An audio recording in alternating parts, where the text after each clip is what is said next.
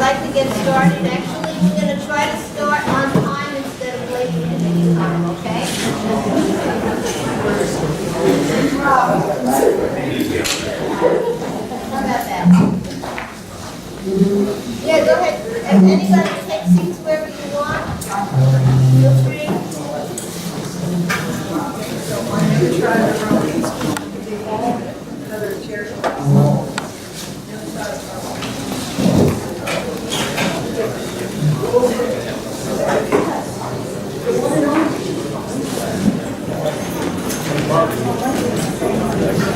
How are you?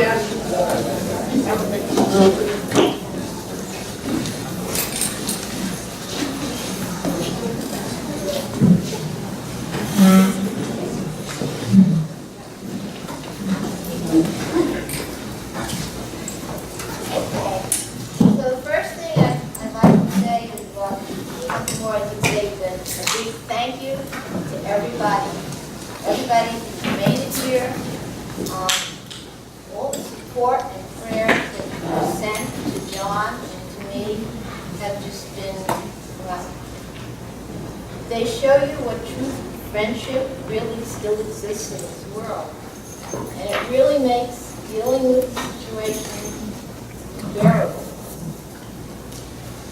Doug and I always knew we'd be there for each other no matter which way anything happened in the world.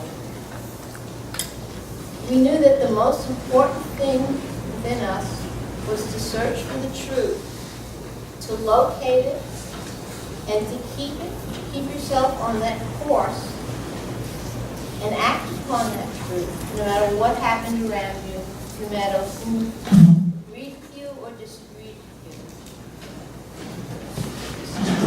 We built our relationship on that. Doug was pretty much a quiet person, you know, he didn't kind of talk too often. But if you scratched the surface, well, then he could talk your head off. If you found a topic you really wanted to talk about. He obviously loved his family, John and me, but also his whole family, the Degroots and the Degroot, both sides.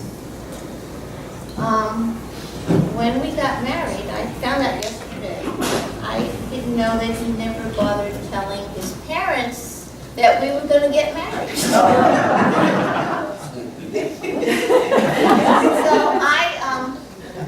I was kind of surprised by that. He told me, at the time he had told me, well, it's too close to Christmas, and we didn't give them enough warning. So I just, I said, okay, well, we were just getting a civil ceremony at, City Hall, so I figured no big deal. But my father and my mother were both there, and my brother Constantine and Luca, and their little daughter Melissa. Melissa was at a young age, a little older than Lulu there, and she could crawl. Boy, could she crawl. So during the ceremony, she found the buzzer for the next couple. Before the judge had a chance to tell us, give me the rings, give her. Guess what? The next couple comes walking in for their wedding ceremony. Looks around and goes, oh, what are you doing in here? Not done yet. So we always had that memory of it, and Melissa has never quite lived that down. But anyway, but Doug also loved, obviously, his brothers and his sisters, and his family is remarkably, well, they're close, they're loving, they're unique. They have these family traditions that, when I tell people about, they're surprised. Well, they have this tradition of, well, some of you know, and when anyone turns 50 years old, they surprise them. All the siblings will actually get together, and they will go to whoever city, wherever they live, and they'll come up with some sort of surprise party for them. And Some of you in this room will remember that we actually had a party for Doug in May '52. And his siblings came and they sang and everything, and his mom and dad were there. And they did this for every sibling has had that same kind of unique experience. They also have another tradition, which is when you turn 70, you get to choose where in the world you'd like to go, and then as many siblings as possible try to go there, and you go have a vacation together. And we got to enjoy going to the Netherlands and Germany in 2014. All I would say is, being a member of the Degroot family is probably one of the best experiences of my whole life. It's just, yeah. Anyway, but as you know, Doug not only likes to go back to that farm and likes to stay there, but as Doug, if anybody knows Doug, they know that he loves to travel. And always loved to travel, and was actually started at a very young age, and I think some of the sisters will explain that later. They always knew he wasn't going to be a farmer and stay on the farm. That was Jay, his brother.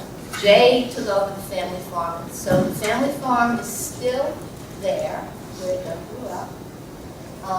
And now Jay and his son Mick both farm. But Doug liked to wander even before he met Degroot and before he had any of those ideas. He was in the Peace Corps for 2 years in Cameroon.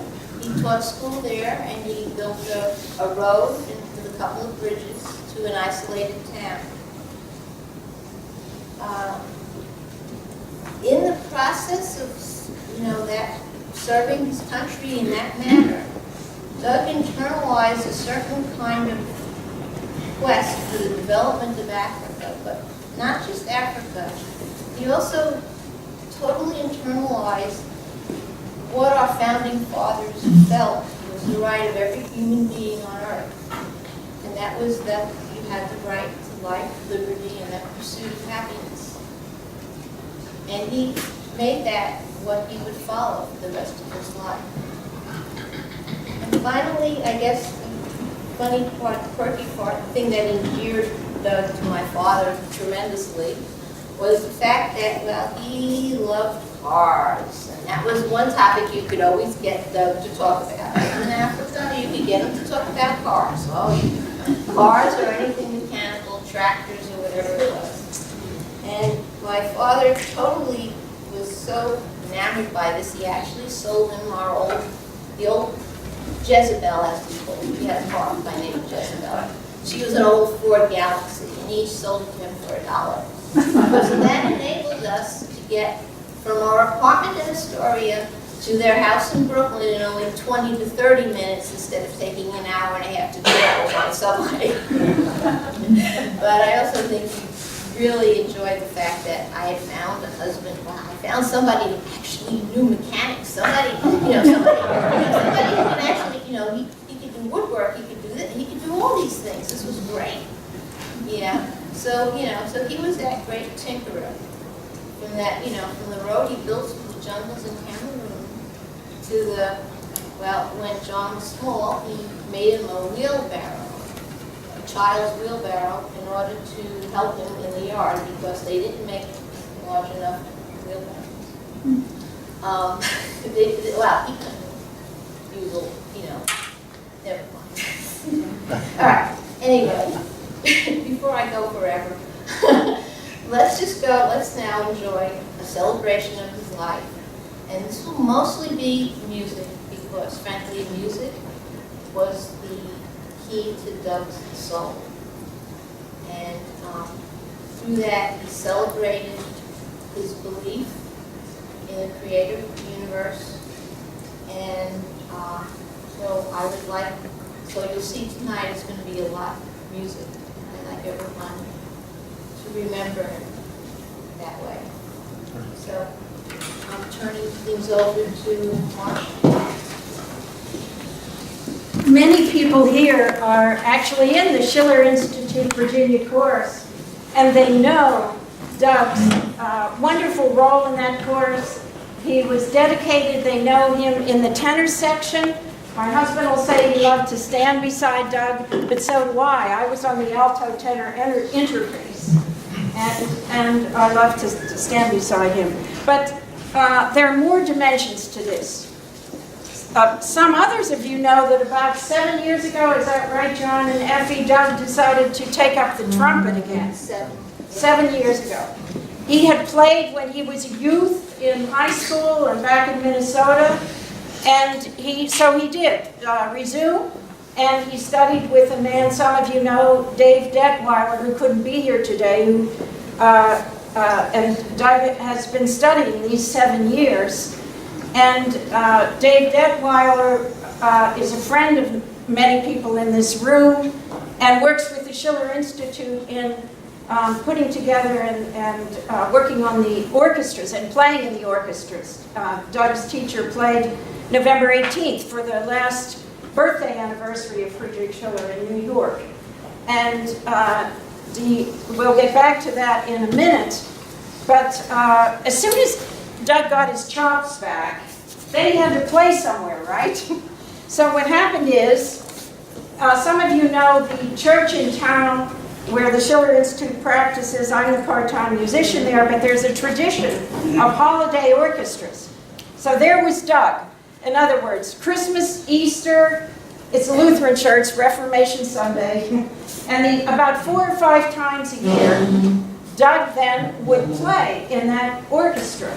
Not only that, since he's there anyway, Doug would say, well, I might as well sing in the choir. He implied the tenors could use some help. And he also was very engaged in this because a holiday community orchestra is very scary. Last Christmas, there were 25 instruments, but there were 7 trumpets, and there were 14 brass. And so, but Doug was extremely engaged. I mean, over these years, he would say, right now he'd be saying, where's the music for Christmas Eve? Now, how many services? When do we practice? And is Sarah going to be there from college? And what about that grandfather from the Penn State Blue Band? Is he going to... Doug was completely engaged on what the sound would be like, whether it was 7 trumpets or none. And this gives you an idea of him in music. But there's a prior story to this. Doug and Effie, with young John, had John take trumpet lessons, where is he? From Dave Detweiler.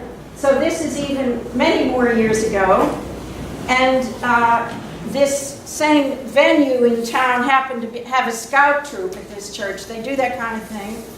And John came to play at Easter and Christmas and whatnot. And Doug, this was before he took the trumpet, said, well, I'm sitting here watching my son. I might as well sing in the choir. The tenor section could use some help. And then Effie, who's there watching her son play trumpet, he's about, what, age 11, and her husband said, she might as well sing in the choir. So she sang in the choir. So I'm just saying, the idea of music for Doug, I experience this with him because we worked on it so often. It wasn't an interest, you see. People have gardening, they have stamp collection. Genealogy's a big going interest these days, or cooking or something. No, Doug's identity was music. And he was many other things, a passion for development and justice in Africa, and just events of the day. He was many things. But I often go to people and say, don't you have a clarinet in the attic? Or didn't you once play trombone? Or you're a wonderful alto, what are you doing? And people will say, I'm tired, I'm too busy, I work. That's always funny, I work. You know what I mean? They can't do music because they work. But Doug, his identity was music. Some of you have given thought to something you might call the choral principle. That is, that mankind differentiates in gifts and abilities and can come together and work to convey something beautiful in an opera or a piece of music or going to the moon or some local policy matter. Doug's identity was he lived the choral principle. I mean, he knew what this is. So I will say that, in other words, Doug got tired a lot and he still did music. I mean, his heart was weak, we know that. There's a history to a terrible car accident in Minnesota years ago. He'd come in and say, I couldn't really go over this part, but he'd play fourth chair trumpet and it'd be okay. You know, that's the way he was. And so, in that respect, I just want to say Doug was not an inspiration to me. He was much more than that. He was a pleasure all these years in music. You had around him you had an affinity for the choral principle because he was never too tired to be human. And so now let me get to the specific song that we're going to open with, and it's going to be Trumpet. And we picked it, it's because it's by one of the four composers that John Degroot said Doug would had on a CD. Telemann, Leopold, Mozart, Vivaldi, and Hummel. And they had big concertos. And Doug would be driving John to Dave Detweiler somewhere, Culpeper or Centerville, for his lesson, and he'd listen to this for years, I think. So we're not going to do a whole concerto. We're just going to do who is it, Telemann, and the trumpeter today is Randall Van Epps, another Dutchman, wouldn't you know? And Randy played with Doug Christmas when there were 7 trumpets, and I'll bring a picture in later, I left it in my trunk. He played with him Easter, I think he played with him in August for a celebration of the pipe organ, and Randy himself plays a lot, and he's the lead trumpeter and raconteur for the Franklin Park Big Band. And now here's Telemann that, for the sake of John Degroot and that CD.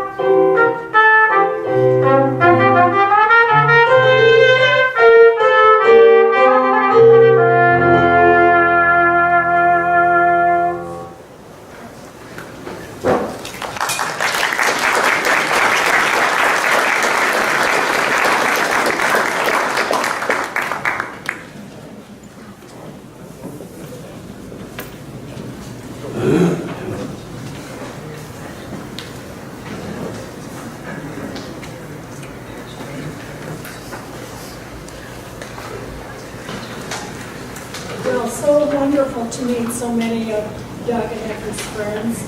So wonderful that you could be here. I'm Linda, the oldest of the 3 sisters, and this is Rachel. And I have the honor of sharing a eulogy that Effie's brother Constantine, that she mentioned, wrote and prepared. And Rachel is going to intersperse some of our family members along with that. So with that, I'd like to begin with Constantine's eulogy, which he titled, "He Answered His Calling." I struggled for days to find these 4 words. He answered his calling. The fitting heading to pay tribute to Douglas, Uncle Doug Degroot, as fitting to him the person as the Dutch words forming his family name, the Great. Doug, the loving husband to my beloved sister, Ophelia, affectionately known as Effie. And last but not least, a wonderful father to nephew John, yes, John Albertus, which was our father's first name. Nephew and fellow Marx Brothers aficionado and passionate Sudoku fan. And Effie shared that recently he's morphed more into chess. So he was, yes. So we thought that you may not know that Doug was a war baby, and whose father first met him when he was 9 months old while home on furlough. And we all kind of agreed that we think Doug was destined to be this wanderlust at heart. We, for example, right from the get-go, we heard this story from Mom about how Doug escaped from her watchful eyes and ran all the way to the church a few blocks away, only to be promptly returned back to her. And then he realized, oh hey, if I just go down these stairs and stand at the checkout counter in the grocery store, because they lived above the grocery store, I get candy. His papa returned home for good when he was 3, and being a newly reunited family meant a new adventure from town life to the farm, where in those old days there was no electricity, no running water. Jay was commenting too about how the loose hay was thrown up into the hay mow, pre-square baler inventions, and that's also where he learned how to care for all the different farm animals, embracing his chance to enter his 4-H pig into the county fair. He learned how to do everything to help maintain and fix things on the farm, hence we think contributed to his lifelong interest in tinkering and figuring out how to do so many things. Then Jay, the younger brother, was the first probably to recognize that he was not destined necessarily to become a farmer and have that being his ultimate calling. Jay shared the time when Dad instructed Doug to go out and follow him to cultivate in the field. Doug, in his wisdom, understood that meant to drive his tractor right behind Jay. Just re-tilled the same soil. And I guess we can say that Dad was not impressed. And neither was he pleased with his driving skills when he rolled the 49 Chevy on the night out with the youth on a fundraising drive.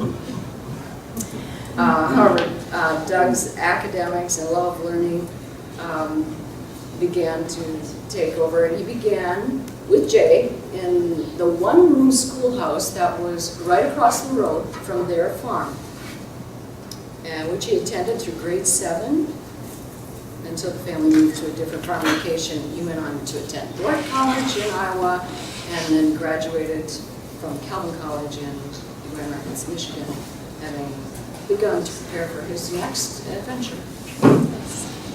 So he answered his calling. Doug's calling was to live and lead a life that would serve humanity in whatever humble capacity he could.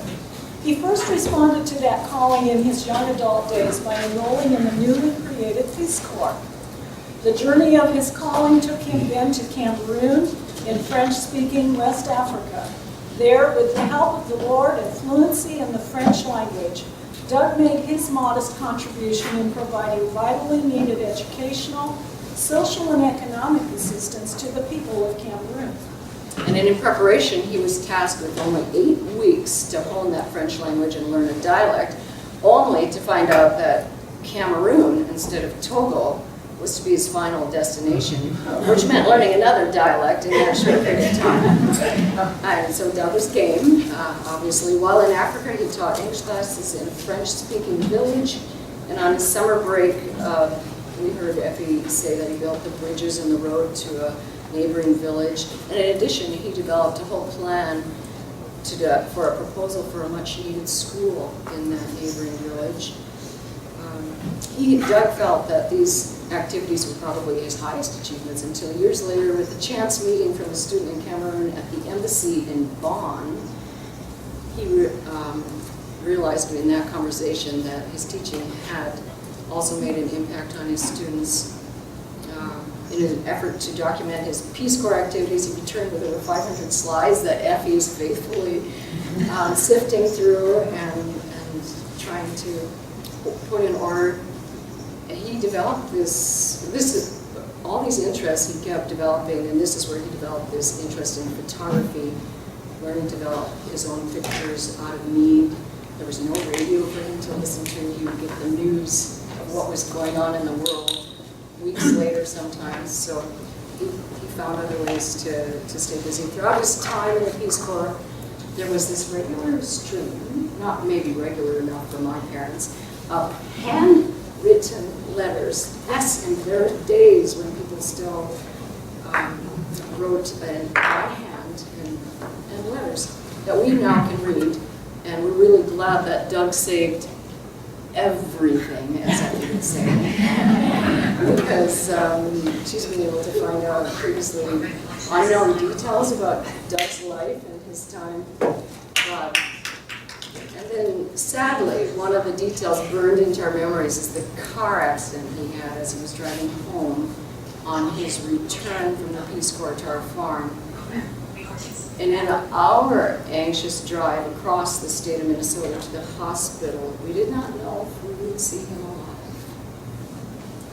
when we arrived there. By God's grace, he not only survived, he was able to meet and marry the love of his life, Effie, and enjoy the life of his son, John. Baby John, we always call him Baby John, because we need to distinguish between the bigger John and then differentiate between two Johns. Oh yeah, and we thought you might find it interesting to know how Doug delivered the news of their pregnancy to us, his family, which happened at that 50th surprise birthday that we were giving him. The greater surprise was on us at the end of that time when he announced they were pregnant. Yes. So this first journey on the road of his calling with the Peace Corps opened the eyes of young Doug Degroot to the need to make his calling a lifelong mission. He never strayed from this vow, embarking on a lifelong commitment. In the decades that followed, he lived and breathed the cause of development with the same spirit of love and devotion that he selflessly extended to family and friends. Here I can speak for everyone on this side of the Atlantic. Myself personally, Luba, Melissa, that little baby that was mentioned, and then in addition, Michael, Elizabeth, and Alexander, that we proudly and happily belong to both groups, family and friends. Doug exhibited this same passionate love and devotion to fellow human beings in all parts of God's plan. His journey was to take him to many countries and faraway continents, Africa, South America, and Europe. Sure.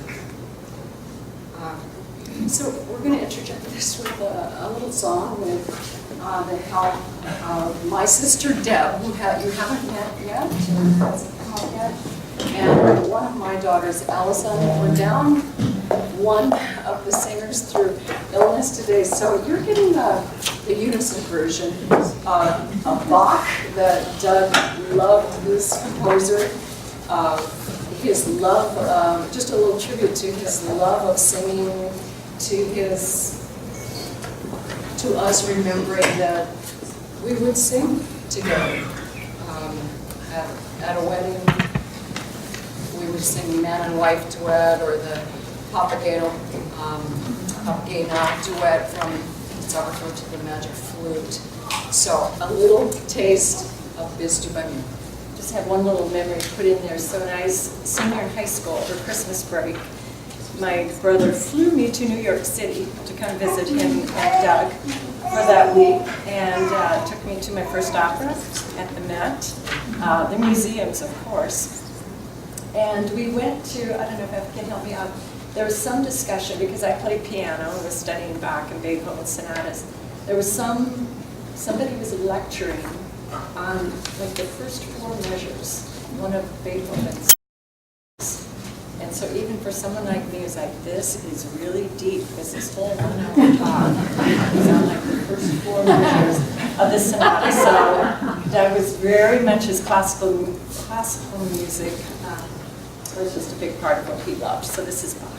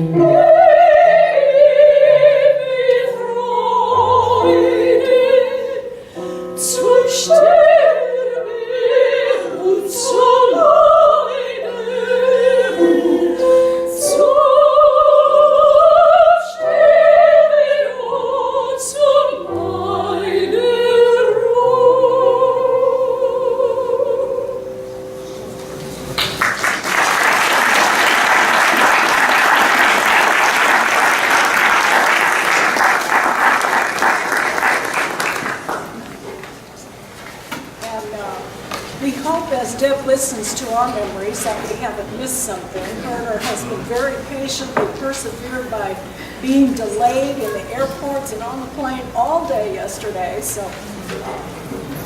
I'm glad she was able to share that part here that she had. So Constantine continues that as all who knew him can attest to, Doug was always genuine with a capital G. He propitiated no one, doing and acting on what he thought, indeed knew to be, right. He never once deviated from following his calling, from what he correctly knew to be his moral mission. Oh, I continue. You continue. Speaking on a personal note for both myself and family, for Luba, for Melissa, and her husband Michael, and our two precious grandchildren, Elizabeth and Alexander. Every visit by Doug is remembered warmly and fondly. Good times with stimulating and intellectually challenging discussions over a glass or two of good German, French, or Greek wine and grape juice for the kids are recalled by everyone here with deep warmth and happiness. And I know I've visited with some of you and you've had those conversations with him.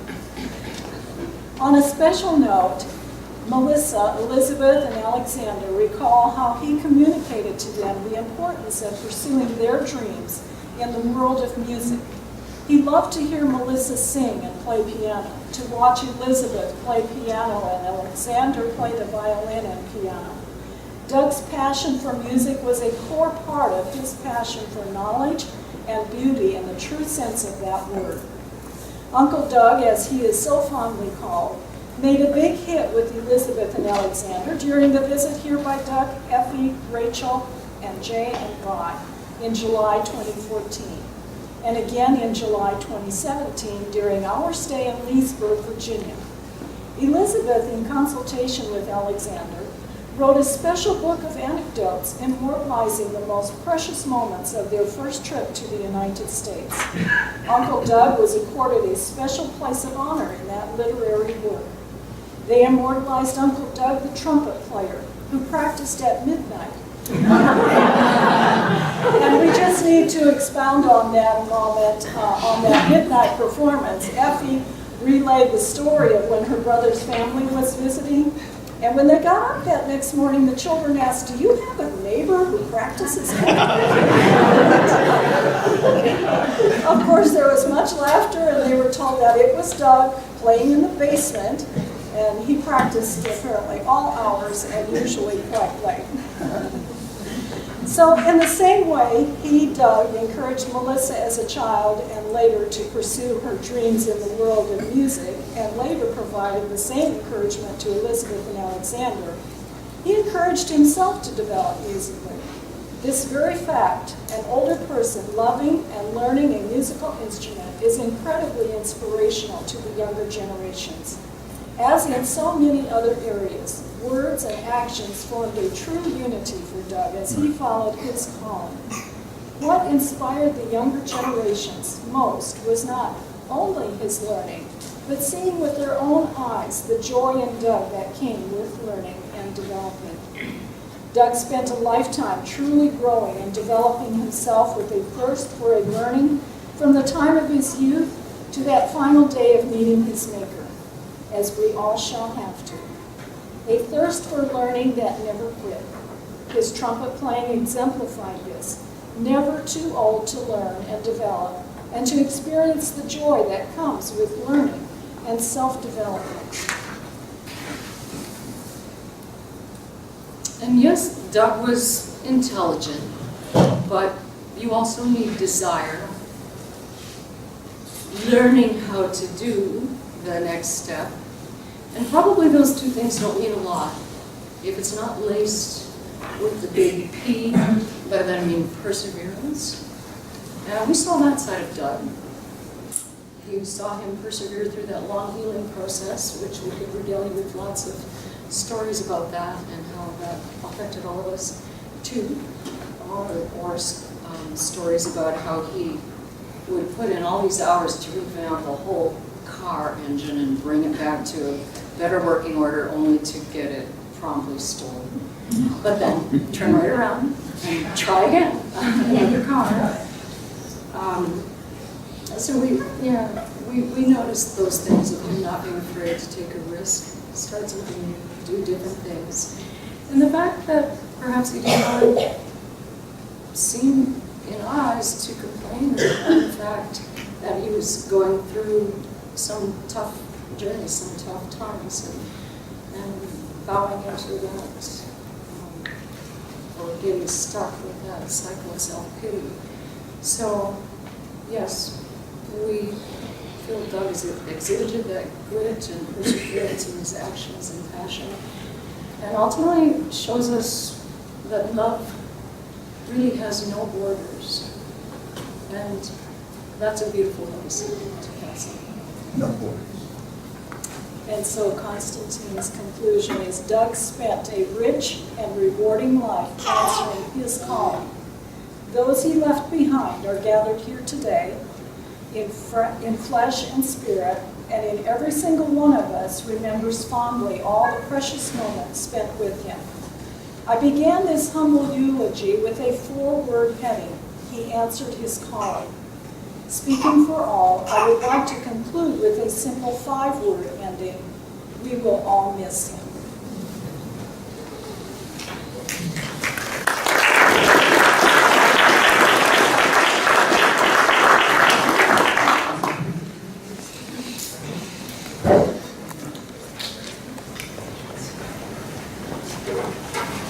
Doug actually grew to love more music than Bob and Mozart.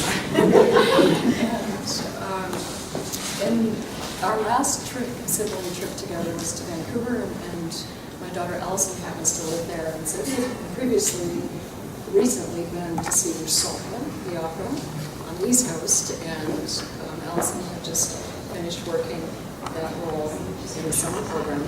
So they had lots to chat about when he came to Vancouver about that. So it's a little memory that we have.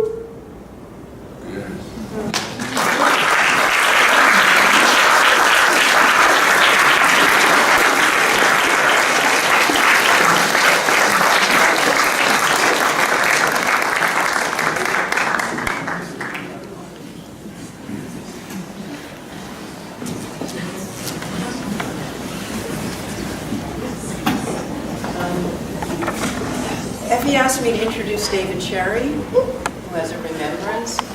I will only say that David, myself, and Doug worked together almost every day for the last more than a year and a half, where Doug served, besides everything else he was doing, as the managing editor of our Executive Intelligence Review magazine. So David will share with you what he wants to share with you about Doug.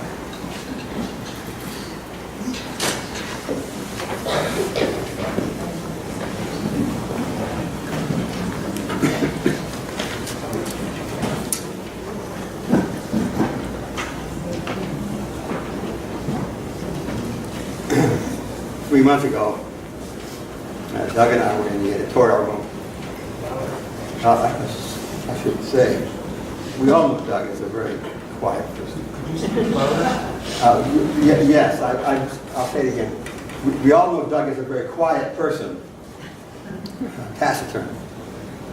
He could smile a little bit, a little chuckle here and there.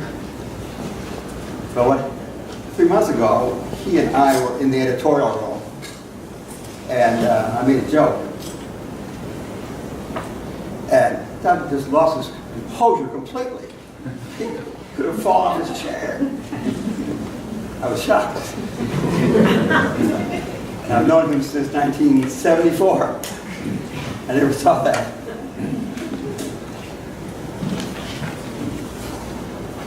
For the life of me, I can't remember what the joke was.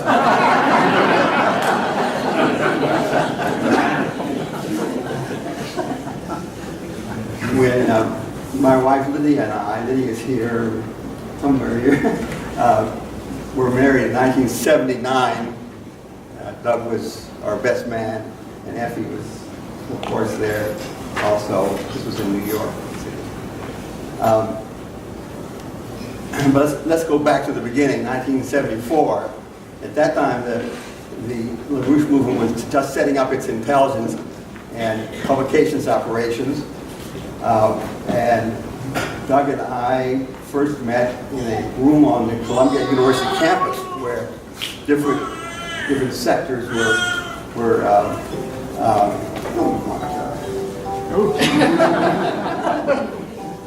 excuse me.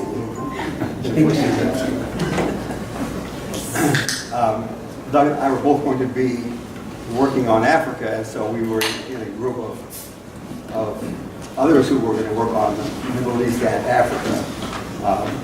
And so we had offices on 29th Street, West 29th Street, in the 3rd District.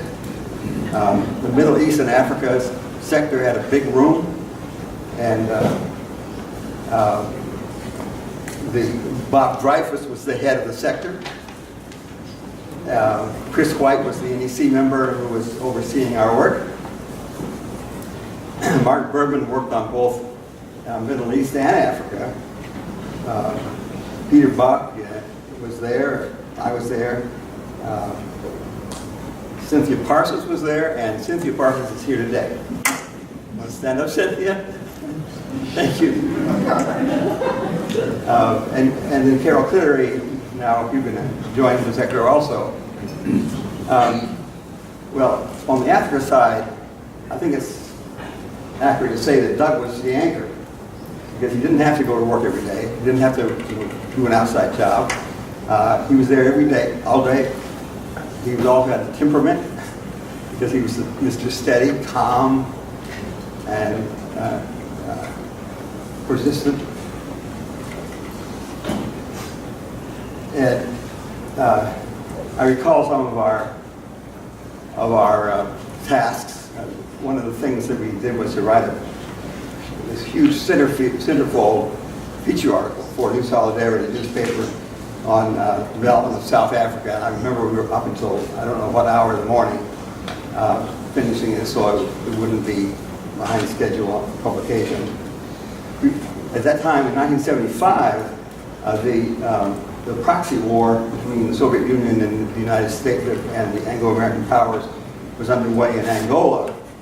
And we wrote an article about the progress of that war almost every week. Sometimes I wrote it, sometimes Doug wrote it. And you didn't get very good coverage in the U.S. press, so how in the heck did we get any information? You know, we weren't on the phone with people in Africa at the time, or not very much. Well, the Portuguese press covered it.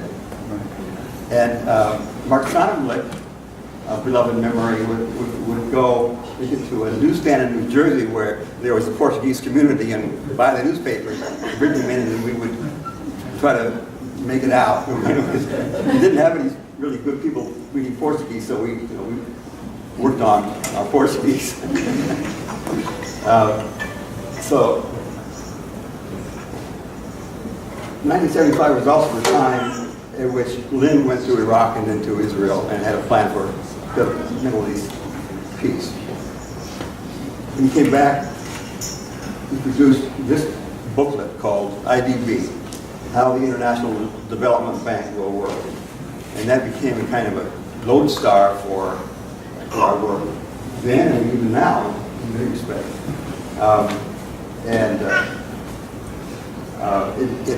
It inspired us, and we took it to the missions of the United Nations and met with diplomats. And, that reminds me that Doug was a very good teacher. I came to realize that he had a natural talent for sitting down with a diplomat or a government person and teaching them without seeming to do so. It just came to him naturally.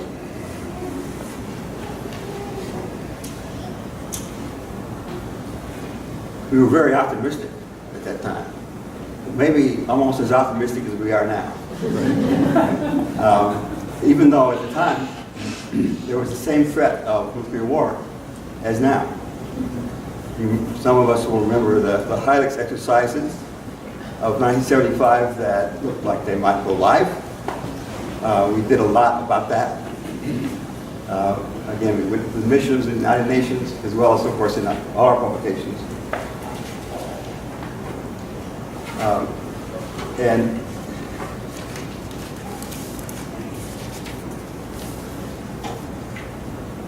you know, there's this tombstone, famous tombstone for a child, and its text is, Jamie, you scarcely knew me. And I feel that way about Doug, that I did not know him in so many respects, because we were both work-oriented, we were always on our task. He was so taciturn. But I'm therefore grateful to learn about aspects of his life now that he's gone that I didn't know then.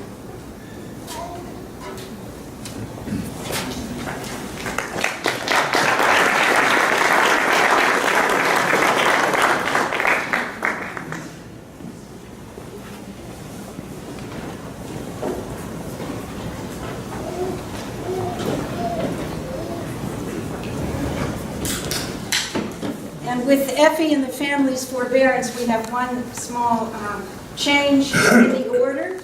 After the spiritual, the trumpet shall sound.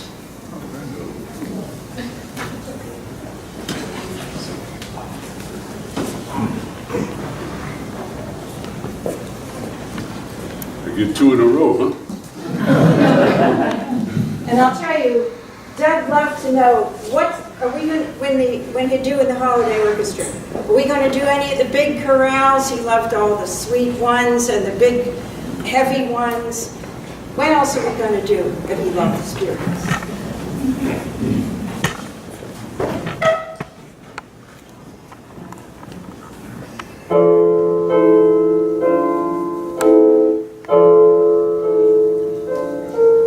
I stood on the river of Jordan to see that ship come sailing over. Stood on the river of Jordan to see that ship sail by. Oh, Mona, don't you weep when you see that ship come sailing over. Oh, Mona, don't you weep when you see that ship sail by.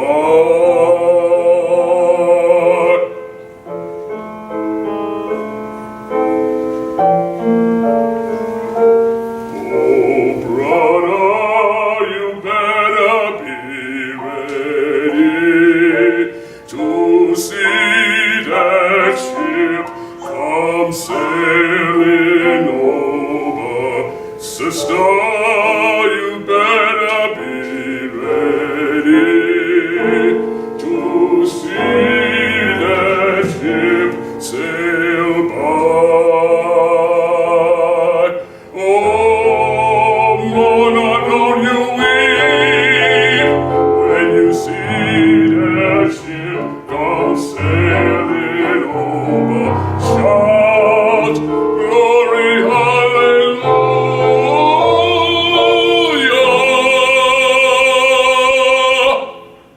when you see that ship sail by.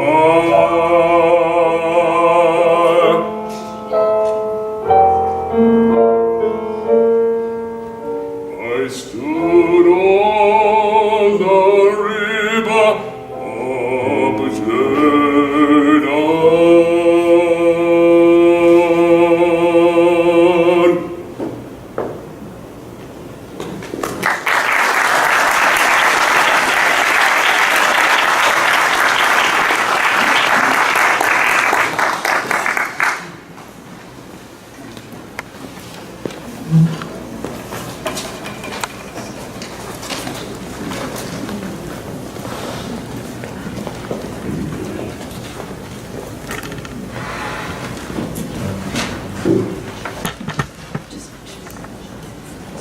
And these things down.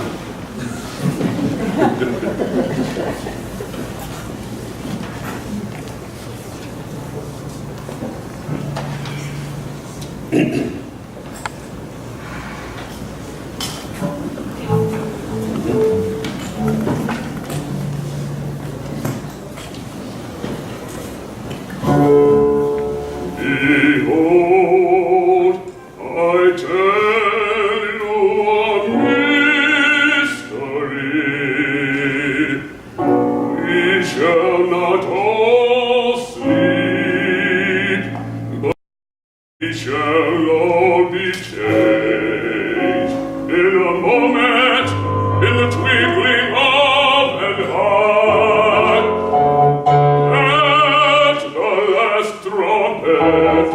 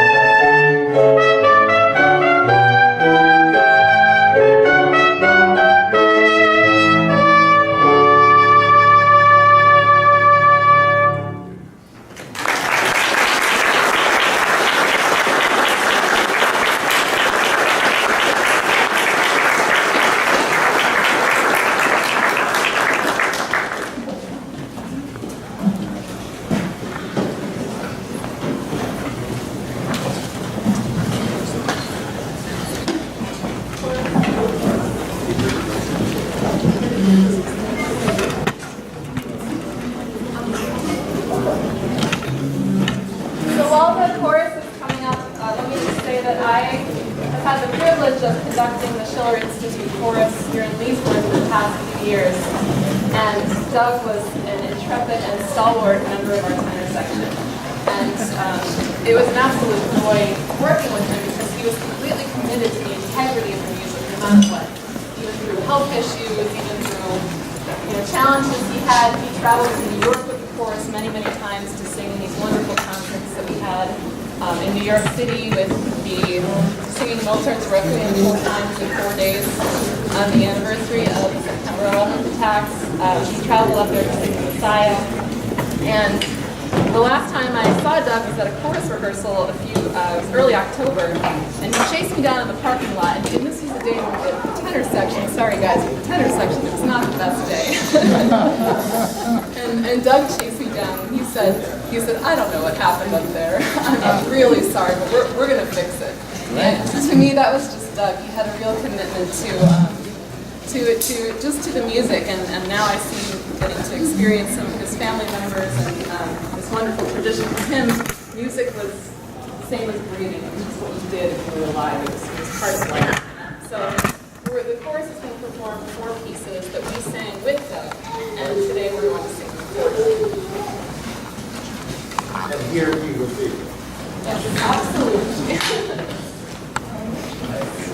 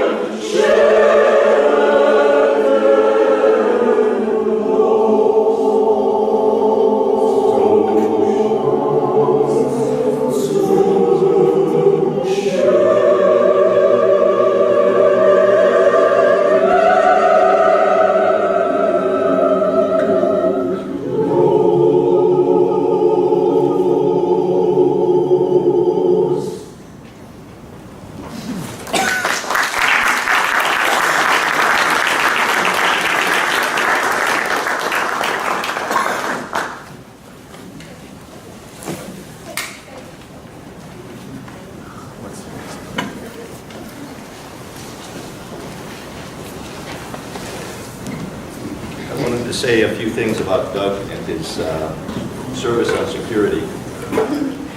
When I was thinking about Doug after he passed away, it dawned on me that over the last 21 months, there's been 5 of the original team that traveled with Lynn and Helga and provided 24-hour security and support and so on. There was Terry Jones from Chicago, Rudiger from Germany, Carlos Wesley, who provided translation, and of course Scott Thompson, and now Doug Degroot. I have to say that Doug, these were all friends of mine, but Doug had a particularly warm spot in my heart. I counted on him on these tours for his decency and his quiet courage. He exercised he was older, so he exercised enough sort of a calming influence on what was a fairly rowdy crowd at that time, 20 and 30-year-olds. I guess you could call them the leavening in the loaf. At that time, we traveled almost continuously for maybe 10 years that encompassed 3 presidential campaigns, 1980, 1984, and 1988. And there was a lot of international travel. that went on from 1979 until January of 1989 when Lynn was put in prison. And then 5 years later, it came back again. When Lynn came out of prison, immediately we were on the road. Sometimes we would be gone away from home for maybe as long as 3 months at a stretch. And these were pretty difficult times in terms of the home life. Effie told me the other day that one of her neighbors came over to her one time when there was Doug was on the road, and she said, "I'm so sorry." Because she assumed that Effie and Doug had gotten divorced.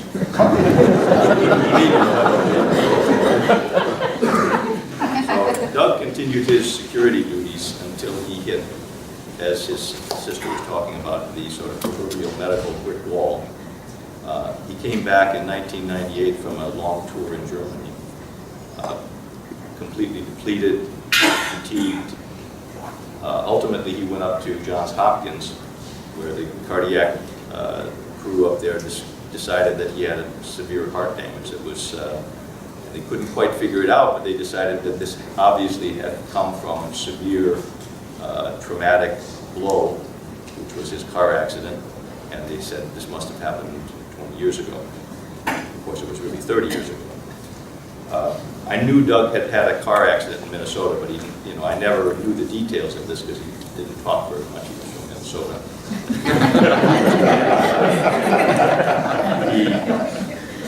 I think I learned more in 2 hours of talking to Effie last month about his maybe 4 decades of traveling with the guy, even though he was very, very nice. He had this near fatal car accident in 1967. He was on his way home to Minnesota after his stint in the Peace Corps in Africa and Cameroon. In France, Doug picked up a little sports car. It was a little Austin Healey convertible. He drove it around France so he didn't have to declare it as a new car when he came back and drove it for a month. And then shipped it to New York, but it was 1,300 miles between New York and Edgerton, Minnesota. So, as is a classic accident that happened, he was about 2 hours outside of away from home when he apparently fell asleep at the wheel. The car was totaled. They weren't sure he was going to survive. He was in the hospital for 2 months. So I know it's not a secret to tell people that Doug wasn't much of a talker. He wrote a little autobiographical piece for his high school class's 50th reunion. And he said, quote, 1973 to the present, working with Lyndon LaRouche to build a political movement, that kept me pretty busy. There were 2 ways to get Doug to talk. One was to talk about Africa, and the other was to talk about machinery.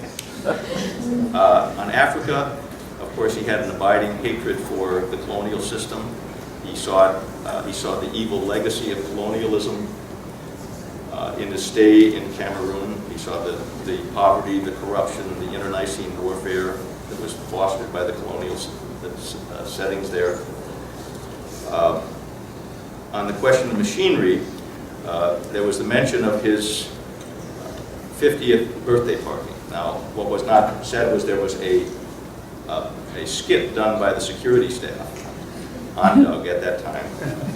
And the theme of the skit was Doug was a person who could take the simplest problem and make it extremely complex.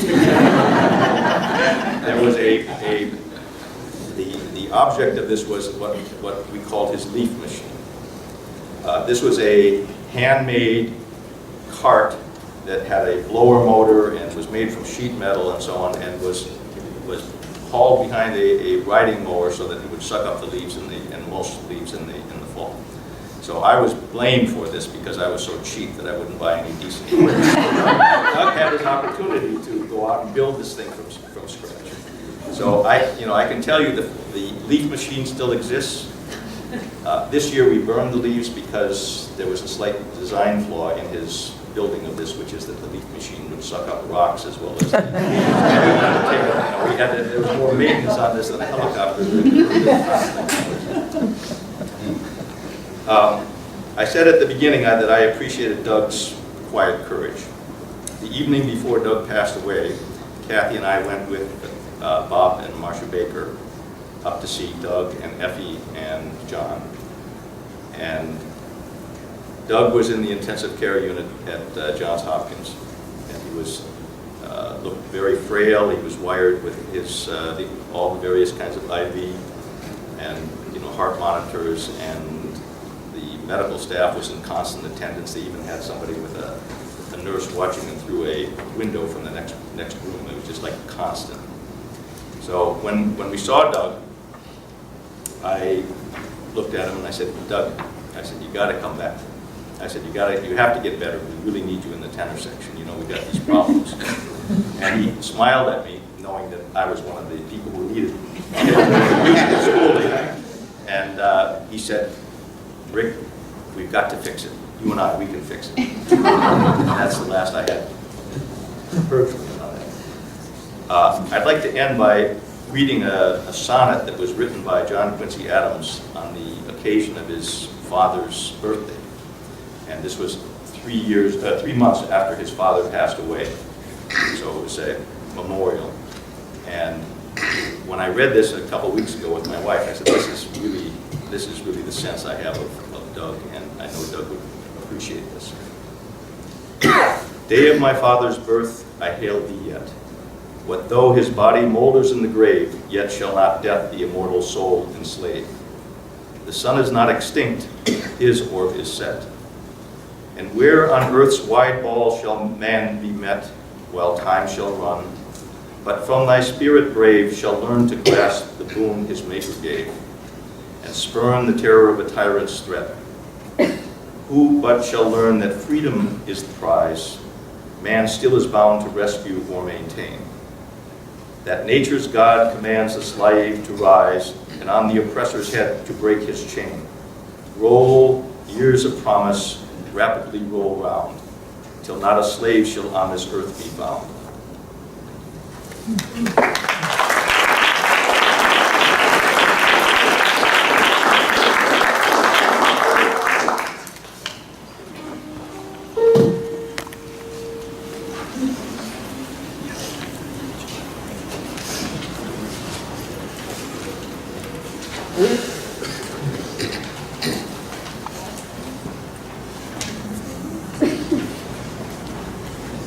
I am singing for a city.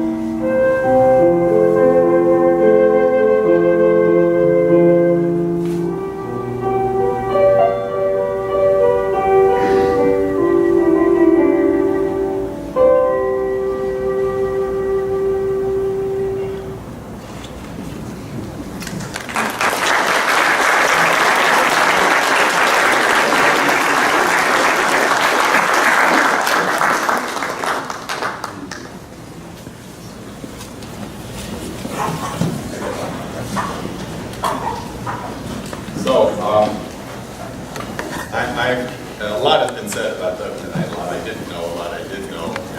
There's not too much more to be said, but I do want to address a somewhat different side of Doug's experience in the Peace Corps and his experience in the organization. And unlike all the other things that have been said, this is something that Doug loved to talk about and would talk about at great length. Rick touched upon it.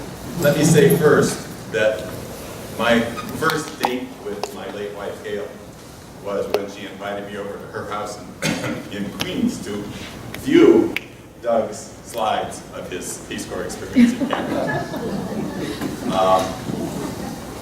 And I don't remember the slides exactly, but I remember,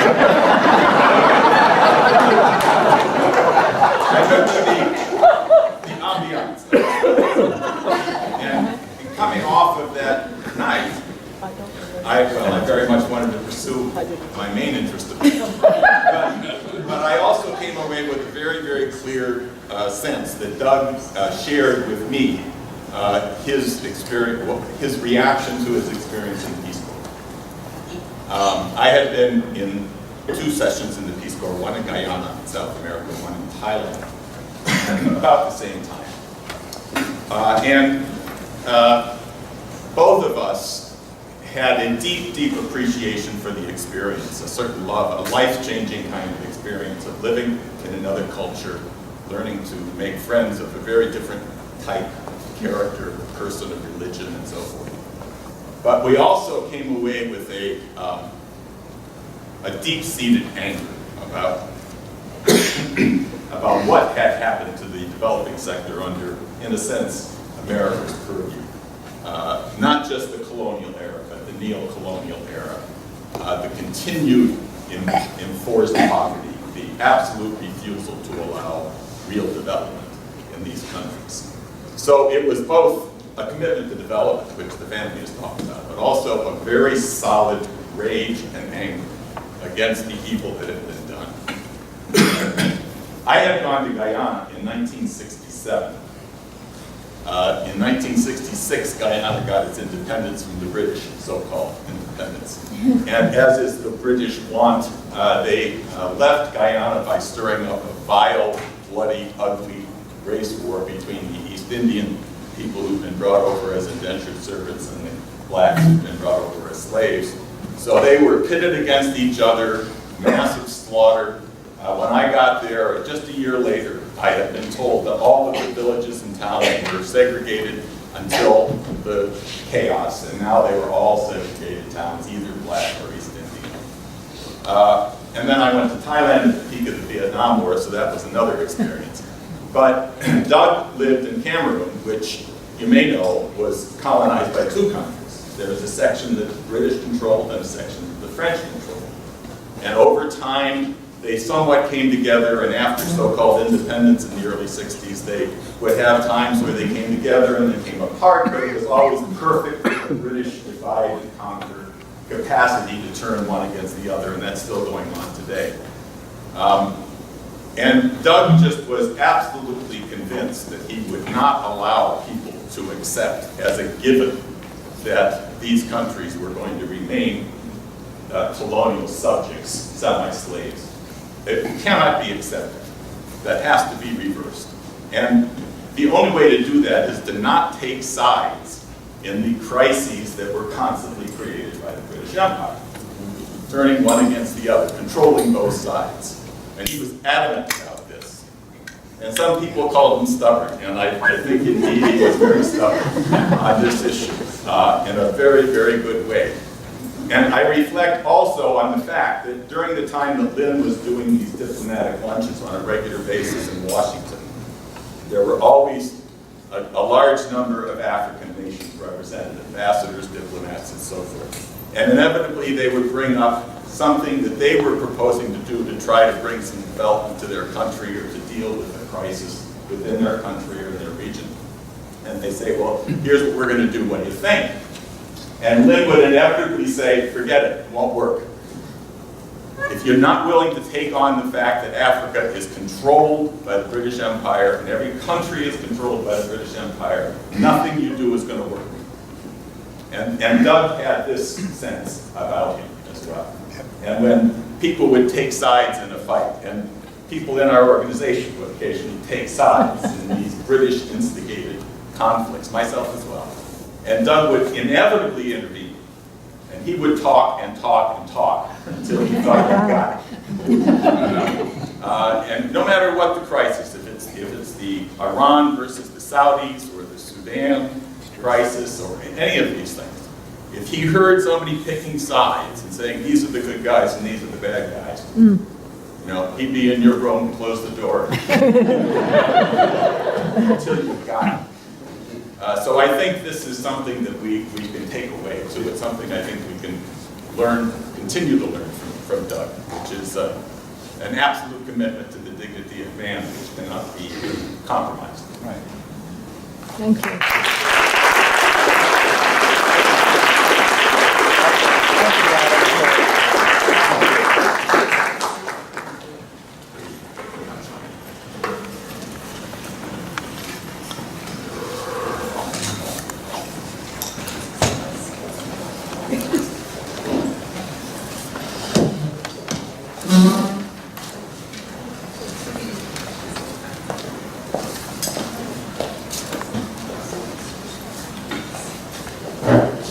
This actually is another family tradition. Family usually gets up at any kind of wedding I mean, they just get up and everybody in the family, as many members who are willing, get up and sing something. We're going to sing a Celtic lesson, and the last time this was done by family members was at, Sarah behind me, right? At her wedding.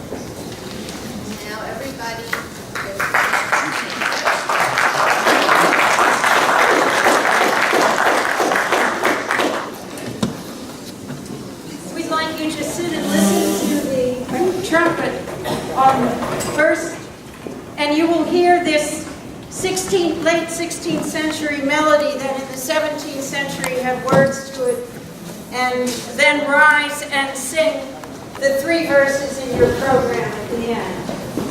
The trumpet will play alone all the way through first. Thank you.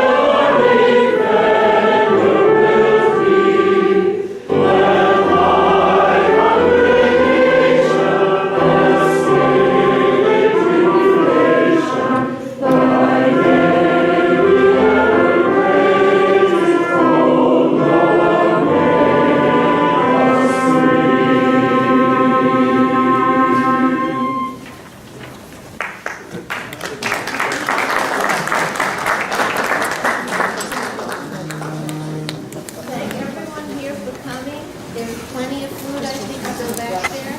Please, everyone stay and visit. I don't think I've had a chance to see everyone yet, so I'd like to all meet the wonderful family.